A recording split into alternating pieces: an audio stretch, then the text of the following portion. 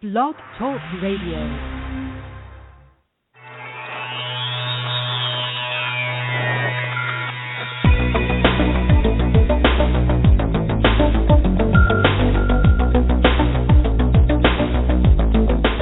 Across the country and around the world, streaming live on the internet, it's Real Estate Coaching Radio, bringing you the latest news, interviews, and secrets of the top producers.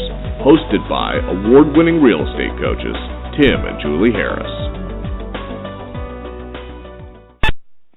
And welcome back to Real Estate Coaching Radio, and we are broadcasting live from lovely Austin, Texas. And, of course, this is your source for unfiltered, full-strength honesty about what is truly working to get you into action and make you money in this new real estate boom. Remember, guys, we're at the very beginning stages of a real estate boom that will last at least another 7 to 10 years. So if you are not experiencing or if you're not feeling the effects of the upturn in the real estate market, do something about it and request a free coaching call at freecoachingcallsforagents.com. Today's topic is going to be another one of our favorite kinds of topics. Julie and I love presenting to you guys things that are a little bit counterintuitive, maybe a little bit, outside the norm of what you hear from a real estate coach. And those are the types of things we really like presenting to all of you because it gets all of you thinking. So we're going to be definitely sharing something with you today that I think will raise a few eyebrows. But in the meantime, Miss Julie, welcome to the call, and I'd love to hear from you an interesting coaching story or something that, maybe you are finding that our listeners would benefit from all your private coaching calls that you've had today. Sure, an interesting right out of the field story, real-world story, straight out of Utah, one of my great private coaching clients who has already 15 listings. We're on our way to 30. We're working on doubling his listing inventory so he can have more peace of mind and a more regular cash flow, of course. And one of the spokes that we're adding is his expired campaign. Now, we've just completed the pre-listing package and an expired letter, and we've got several things we're doing. But the interesting thing was he gave it about, honestly, 10 days or so, sent out some of these packets and expired letters, made a couple of calls, got busy, decided he wasn't getting immediate results, and just stopped doing it for a while. Not unusual in real estate. We kind of get fired up, launch something, and then get distracted and forget about it, go back to it. It's fairly typical. But he was about to throw in the towel when, lo and behold, one of those expired calls for a mere $860,000, one of the most expensive expireds he was prospecting, and said, "Come on over, I'm ready to list." So the moral of the story is, let's persevere. And what would happen if he didn't do that just for 10 days at a spurt when he was feeling motivated to do it, but did it consistently throughout the year on a systematic, automated, as much as possible basis? So, the lesson in that is that real estate always takes longer, costs more, is more frustrating than any one of us would ever like to have happen. That's just the facts. Even best case scenario, you sell a buyer today, what's the fastest you can close them in, even if they're cash? I don't know who invented the 30-day closing, but I know it drives everyone crazy. So we have built-in delays to everything, and sometimes we forget when we get busy that perseverance pays off and that consistency of effort equals consistency of income. So that's my hot off the presses story for you today. Well, I'll say, and I imagine you're experiencing this as well, and I've been talking to some of our other coaches, and they're also experiencing this. And, of course, as we've been warning all of you, and I think the word is warning, that there will be a pretty dramatic shift in the market the later stages of this year. Well, guess what? We're experiencing that now.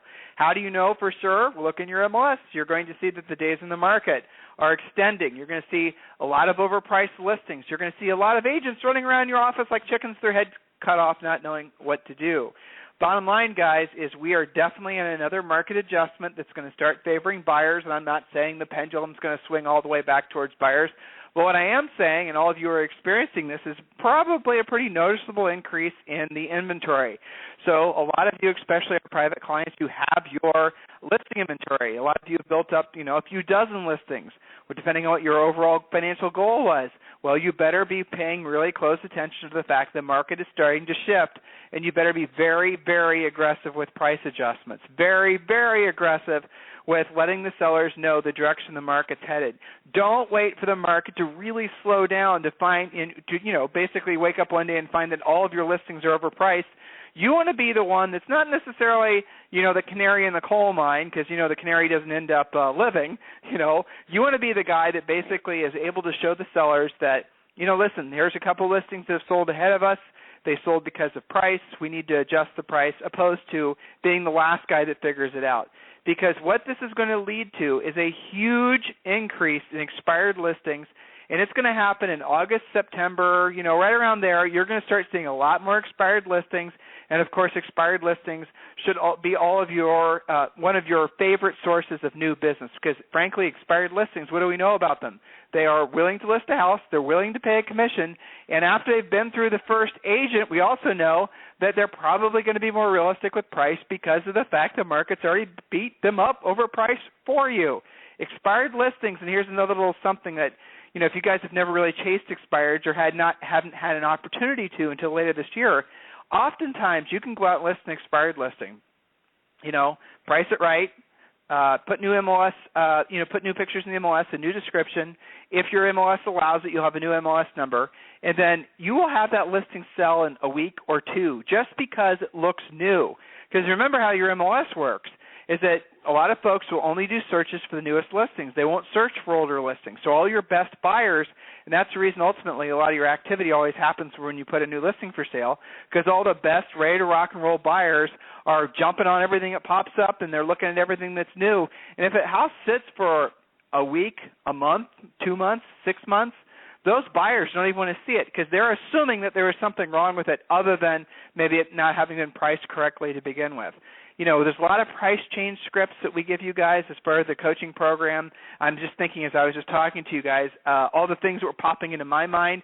I won't even bore you with all the price change scripts. So the bottom line is, real estate coaching essential students, those of you in the advanced coaching program and those of you in the breakthrough coaching program, make sure you are dusting off your price change skills and getting ready for the second half of this year.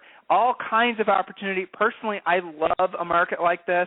I love a changing market because it really gives you an opportunity to shine. It really gives you an opportunity to leap ahead of the competition. And as we were suggesting to you guys yesterday, this year is going to be extra cool because as the listings start to expire, they're going to start to expire at the same time that what also happens. A lot of your competitors, a lot of the other realtors, they're going to be hanging up their licenses, figuratively, until next spring. So they're not going to be in the market, so you're not going to have the same level of competition. If you have been over the phone prospecting your expired listings, for expireds, look for less competition again starting about August, September. Anyway, bottom line, everything is going your way, provided you're willing to take advantage of the opportunities that are presented in front of you. So we're going to take a real quick commercial break, and when we come back, Julie and I are going to be discussing an article that I read in AG Beat. And Julie, the name of the article is? The name of the article is Study Proves That the 10,000-Hour Rule is a Myth. Okay, good. So give us about a minute or so, and when we come back, we'll share with you that article, and we'll also kind of give you how it relates specifically to what mistakes you probably are making in your real estate business.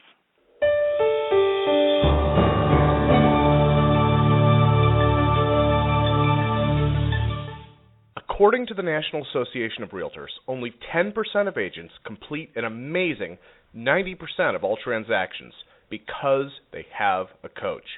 If you want the production and performance that comes with being a top producer, then you need one too. Not just any coach, but the leaders in coaching today, Tim and Julie Harris. Don't just take our word for it. Listen to what HGTV star and Atlanta top producer Colette McDonald has to say. Hi, my name is Colette McDonald, and I'm with RE/MAX in Atlanta, Georgia. I just wanted to take a moment and give a shout out to Tim and Julie Harris. I've been a coaching client of theirs for the last 4 years. When I first started in this business 12 years ago, I was very successful, did a great amount of business, averaged between $8 and $10 million a year. When I contracted with Tim and Julie to be my graduate level coaches, my production increased by 20% per year. I am now trending $30 million this year. That's amazing results over 4 years of working with Tim and Julie Harris. I highly recommend them. Tiger Woods has a coach. And why does he have a coach? Because he can't see his swing. If you do what they tell you to, You will see huge results. I am living proof. Only Tim and Julie Harris provide powerful one-on-one coaching along with all the lead generation systems, scripts, presentations, team building, and business planning tools you need to dominate your real estate market. We offer affordable pricing with no long-term contracts, and our entire coaching staff are trained professional agents with top producing track records. Take action now and visit us online at freecoachingcallsforagents.com to schedule your free coaching call. There's no risk, no obligation, just a free, personal, one-on-one call with a trained professional coach. Join the elite 10% of agents who make all the difference in today's market. Visit freecoachingcallsforagents.com to get started. Again, that's freecoachingcallsforagents.com. Okay, we are back. So, Julie, why don't you just jump right in and read the article to them? It's not very long, guys, and then we're going to tell you exactly how it relates to your real estate business and why I think it was important that we bring this to your attention. Okay, perfect. So, again, the title of this article is Study Proves that the 10,000-Hour Rule is a Myth.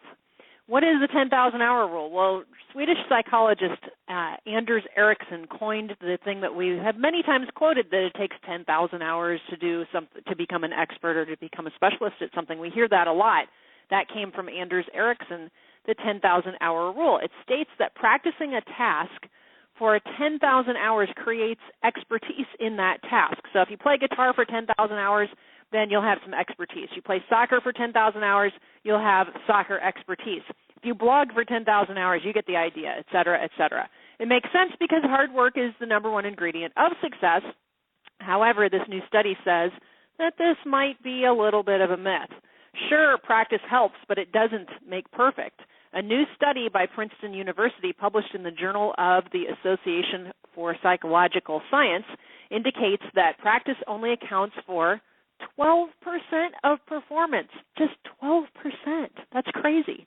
The study looked at 88 other studies on practice and performance in the categories of education, sports, games, music, and, most importantly, business professionals. These studies centered around people learning new skills, how much practice they committed to it, and how their performance improved. First and foremost, the study did reveal that practice is important, and most people didn't excel at all without it, but that it only accounted for 12% of individual differences in performance across all of the subcategories.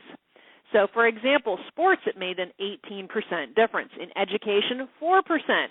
Professional performance, 1%. Different types of games, 25%. So that doesn't exactly line up with the claim that 10,000 hours, which incidentally is about 10 years, creates expertise. The study illustrates this by noting that when learning piano, for example, some barely practiced at all and excelled, while others practiced endlessly without ever performing well. So the question is, what does it take besides practice? There's more to becoming an expert than practice. The study says intelligence, working memory capacity, personality, and even how early in life you start something may have more of an impact on your performance than practice. Brooke McNamara, who led the study, said there is no doubt that deliberate practice is important, but from a statistical and theoretical perspective, it is less important than it's been argued. For scientists, the important question is, what else matters? So Dr. Jeremy Dean says it's easy to see why the message that anyone can do anything if they try hard enough might be popular, but unfortunately that's not true. A better message is that, yes, you need to practice to be perfect, but if a lot of practice isn't making you perfect, maybe it's time to try something new. 10 years or 10,000 hours is a long time to waste. So, Julie. Yes. Is that your first or second run through that article? That's my first run. I thought so. I'm curious what you think about what you just read. What I think about what I just read. I have lots of different examples flowing through my head.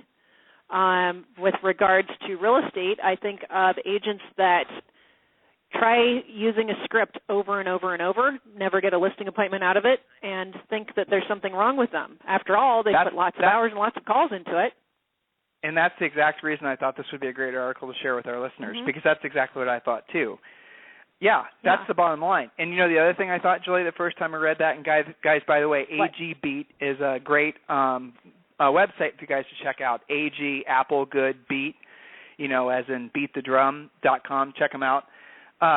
So, yeah, when I read that article, the first thought was, especially at that last little blurb, was how many agents are out there trying to do something that they were told works, and then when it doesn't work, they're then blaming themselves. That's really the reason I thought this would be a really great article to share. How many of them are out there doing the,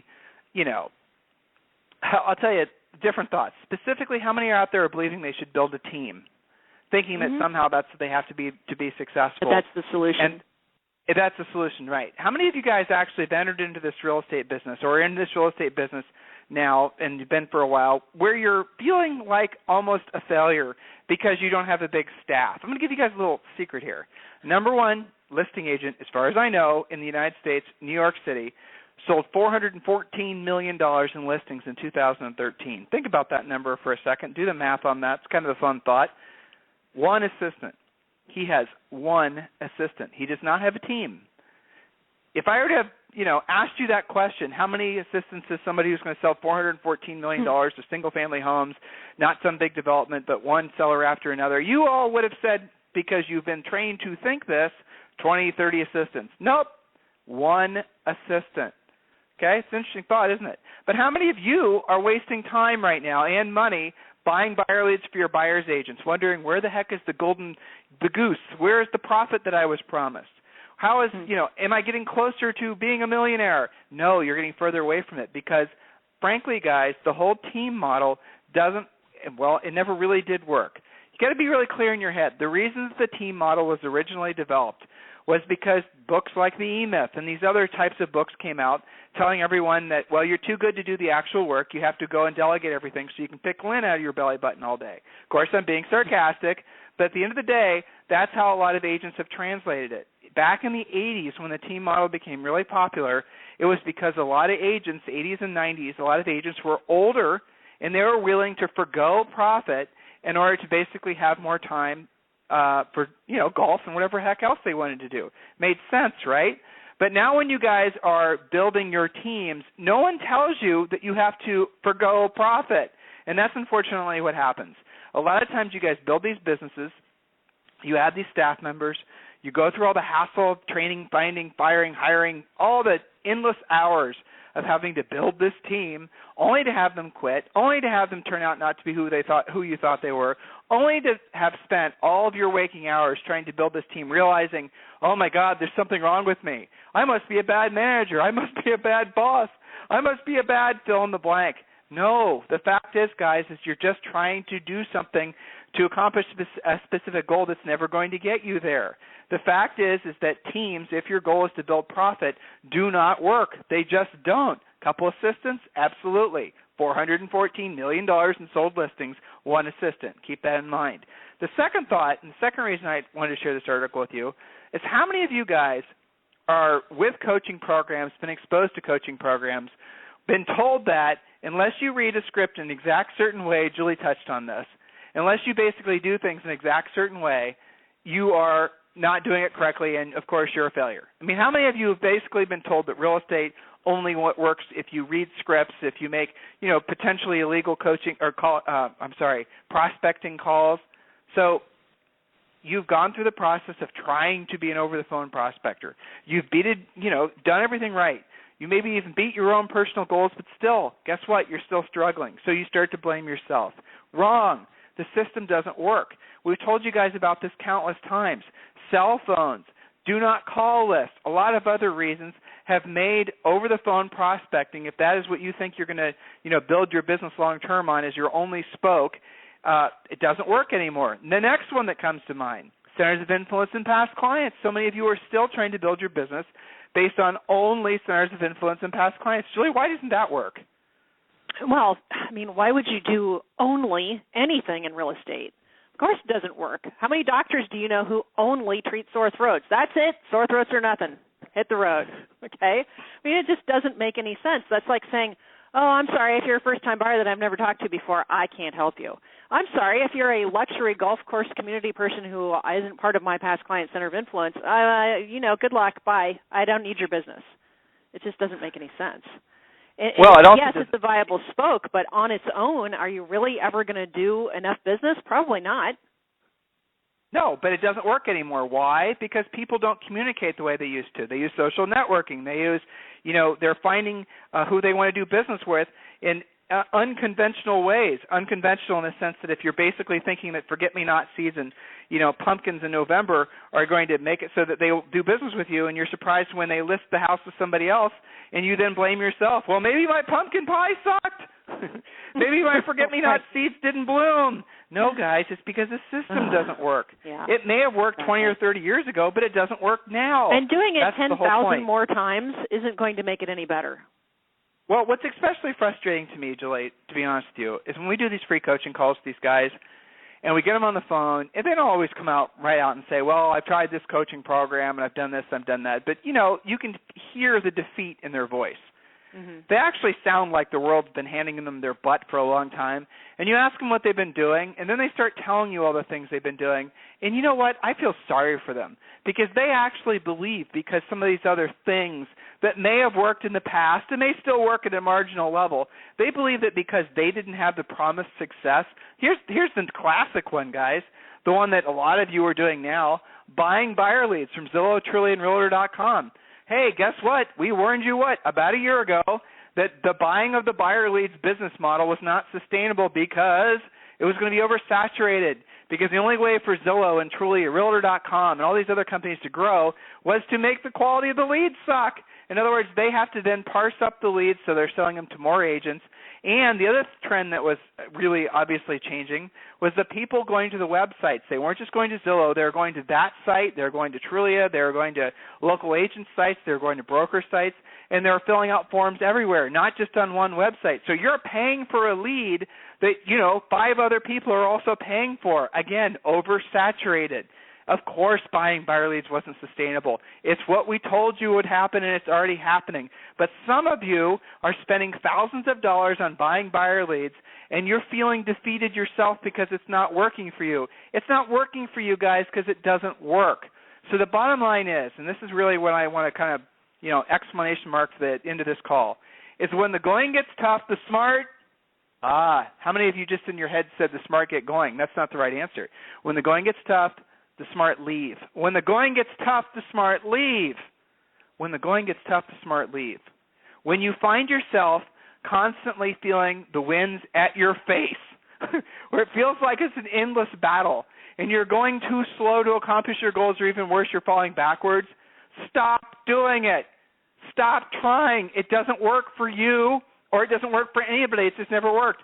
You need to take control of that. You need to take responsibility for that. And you need to accept the fact it's time for you to make a pivot, a change. Hey, guess what? You've done it before. At one point, you decided to stop doing what you were doing before and get into real estate. At one point, some of you who are our coaching clients, you stopped doing what you were doing before, and you decided to basically take a different path. So you've been successful at pivoting in the past. For a lot of you, it's time to consider that again. If you need a free coaching call, go to freecoachingcallsforagents.com. Julie, anything else you want to say to these guys?